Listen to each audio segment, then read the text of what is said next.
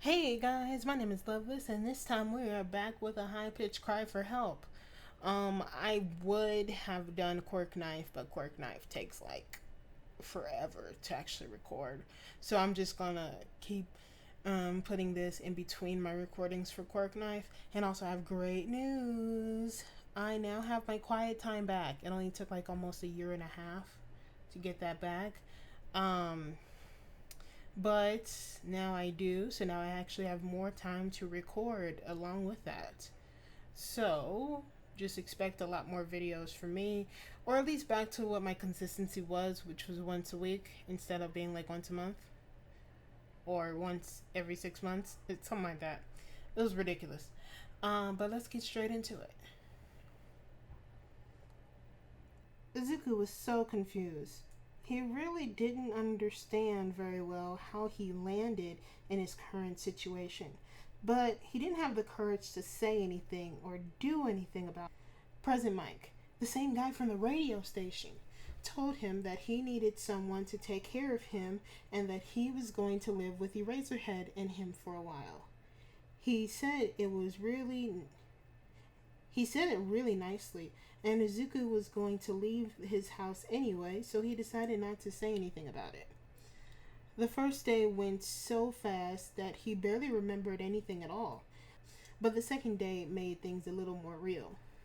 Aizawa, the civilian name for Eraserhead, apparently, told him that they arranged a room for him, and that he needed to stay on bed rest most of the time for the following days. He couldn't fathom the idea of staying so still for so long, but he agreed anyway because adults knew better. It seems they decided that he needed surveillance since they would come in every few minutes to bring him things or talk to him. Izuku was so very glad to finally meet someone who knew sign language. It made things so much easier. They were really kind too. They gave him food and a pill that took his pain away and even talked to him. They made sure that he understood that they were going to take care of him and that he can tell them if he liked slash disliked slash needed anything. He wouldn't dare ask for anything, but was incredibly happy that he knew that he still had his backpack. Mike helped him unpack and clean how little he had, and even asked for permission to wash his clothes and backpack. Though his hero analysis notebooks, Mike learned he liked heroes and asked him what he wanted to be when he grew up. Izuku didn't answer. Sensing the tension after the question, he continued to talk about how many heroes he knew and that if Izuku wanted, he would look for some videos of himself in action for him to look at. He was surprised to learn he also was a hero. He didn't know heroes could have other jobs. He decided to wait until the video to learn about his quirk. That way he wouldn't annoy the adult. Yamada, on the other hand, wasn't so happy. They gave him 2 weeks for hero work, but I can leave my own radio station. He blabbed on his husband's shoulder. I can get things from the market on the way if you want me to. It's only 2 days a week, and we can. I told you, it's fine, Zashi, the underground hero said. I'm not gonna die for being a few hours alone with him, he repeated. I miss him already, he pouted. He is really quiet. Do you think he's okay? He looked pretty distressed when he woke up. It's probably going to take him a while to get used to things. They both nodded. The kid woke up into the evening, the exhaustion getting the best of him. It took him a while to remember where he was, and after eating just a tiny bit of pudding, he was out again, as if he didn't sleep for 14 hours. Now the kid was in his room surrounded by pillows. Mike was in the room for him for an hour and took notice of how polite and silent he was. It took great effort to keep his volume at a minimum to not scare him, and it took a lot more not to overwhelm the kid with questions. For God's sake, the little listener was living with him and he didn't even know what his favorite color was. He calmed himself down. The kid wasn't going to go anywhere and needed to take things slowly. There would be plenty of time to get to know each other. The other thing is that there were a ton of things that they needed for the kid, but the fact that he didn't talk would make things harder. In the first instance, they needed the kid to make a statement just to clarify some things. And Natsuma's quirk wouldn't work if he did not get verbal answers. Which takes us to the next point. They needed to figure out why the kid won't talk at all. He knew sign language. That means he didn't talk for at least the medical examination determined that his vocal cords and throat and ears were perfectly fine. If anything, his ears worked even sensible to sounds, listening better than the average kid his age. Aizawa explained to his husband about the night that he found him, about how he felt some type of quirk in the air, and how he erased it, whatever it was.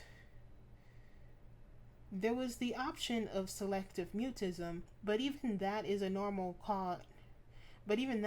caused by something else, and Shota was sure that it was quirk related. He insisted on taking Izuku to a quirk specialist, but it's really possible for him to have a quirk with proof they had thought that he was quirkless. Mike had the theory of a secondary quirk, but that didn't erase the x-ray that it said otherwise. They would give the kid some time first. Then when he was comfortable and needed some checkups, they would take him to a specialist. Mike went to the radio station and promised to be home as soon as possible, but it would be at least a couple hours, in which he intended to make the kid comfortable with his presence. The kid in question was in his room, trying his best to reach for his coloring pencils without making a face. It was like he was still in pain, even with the medication. So Aizawa handed them to him and saw him draw some hero he didn't know. "Hey kiddo, how about I clean a little while you do that?" Izuku looked up. The cut on his nose and cheeks looked nasty. "We don't want it to get worse." He nodded, and Aizawa made it a mission to clean him up. By the looks of it, one of the cuts was probably at least a bit infected. So he put some cream on that one and simply cleaned the others. Being that close to the kid mean he was being able to see how uncomfortable he was when someone touched him at all, and how he flinched in the hospital made him feel closer to him. He wanted to work on his hair, but he was afraid of pushing his boundaries, as he would not refuse anything. "You really have pretty hair," he started, trying to be calming. Izuku responded something that Shota didn't quite catch. "Can you say that again?" "Is like mom's," he signed, then touched it, feeling firsthand how matted it was. "Like his mother, huh? Well, at least he would know how the woman's hair looked, kind of." He would willingly omit the part where Natsuma was working in order for the parent to rest. He didn't need to know that yet. "It's a little messy, don't you think?" He started putting the cream and first aid kit away. "Would you like me to brush it?" The kid immediately shook his head, Aizawa suppressing a heavy sigh. Before he could think of another trick for the kid to let him do something, he saw Izuku grab one of the locks and started to curl it, seeing how far it went. Surprisingly enough, it went below his neck. The kid made a scissor sign to pretend to cut it. "You want to cut it?" The surprise was palpable in his voice, only receiving a strong nod in return. "I can't do it." The little one frowned. "But I have a friend who cuts her own hair. We can ask her to do it." Another nod. Sooner rather than later, they would have Numere and the other friends, as they suddenly had a kid to take care of, and if a kid wanted a haircut and Numere could help, then so be it. Even better, Tensei had a little brother his age. It would be a great opportunity to introduce them. He just hoped he wasn't pushing it. Surprisingly enough, the time flew by, and the kid being memorized by the TV and constantly changing channels as the buttons were more interesting than whatever is on the kids' channels. By the time Aizawa was finished making dinner, Mike came through the door with a huge smile on his face. "Welcome home." "I'm home," he sang, his laptop in his hands. "I brought videos for the little listener. He said he likes heroes, so I want him to see my debut video. It'll be so adorable." He bit his lip in an effort to keep his voice down. "You can show him after dinner. Go wash your hands."